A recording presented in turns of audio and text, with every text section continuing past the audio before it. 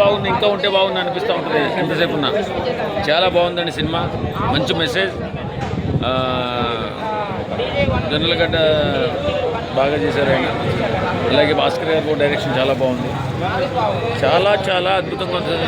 అసలు నిచ్చిన వేసుకుని వెళ్ళి ఇంతదనం ఇసేవాడు సిద్ధుయే అంటే ఏంటనేది ఈ సినిమా చూస్తే తెలుస్తుంది.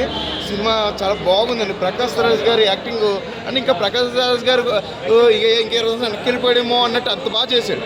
బాగుంది యాక్టింగ్. అలాగే భాస్కర్ గారు ఒక బొమ్మరిల్లి భాస్కర్ వదిలేసి నిజంగా ఇప్పుడు ఇంకా ఈ సినిమా పేరు పెట్టుకోవచ్చు అనమాట. ఇంకా జాక్ భాస్కర్ అని వస్తుంది నాకు తెలిసి. జాక్ భాస్కర్ అంటే బాగుంటుంది. ఆల్రెడీ బొమ్మరిల్లి వచ్చి 20 years కూడా పైన అయిపోయింది కాబట్టి జాక్ భాస్కర్ సూపర్ సార్.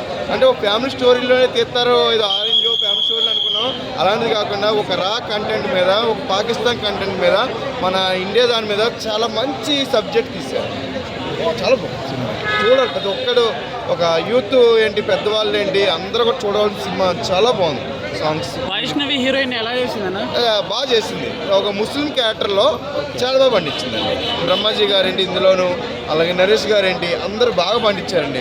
నా తరపు రేటింగ్ 3 ఇస్తానండి. హైలైట్స్ అంటే నా మూవీలో హైలైట్స్ ఏంటి? హైలైటింగ్ హీరోయిన్ అండి. హీరో కామెడీ పండిస్తూ ఒక పాకిస్తాన్ ఉగ్రవాదులను ఎలా పట్టుకున్నాడు అనేది కంటెంట్. నేను బొమ్మరిల్లి భాస్కర్కి హ్యాట్స్ ఆఫ్. ఈ రోజుల్లో ఇలాంటి కథను ఎంచుకుని ఇలాగా మనం బయటకు వస్తే ఇంత నవ్వుతూ, ఇంత మనలో ఒక దేశభక్తి కోసం వచ్చామని నాలో అయితే కనిపిస్తుందండి. మంచి సినిమా తీశారు. నైస్. ఏంటి మెయిన్ సిద్ధు జొన్నలగడ్డ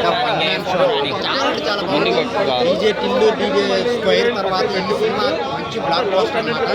చాలా కంటెంట్ ప్లస్ కామెడీ అనమాట. త్రూఅవుట్ ఎంజాయ్ చేస్తుంటాం. సో ఒక పర్ఫార్మెన్స్ వైజ్గా ఇంకా ఆ మూడ్లో ఉండిపోయారు తప్ప బయటకు వచ్చేది. అది కొంచెం ఇప్పుడు 1.5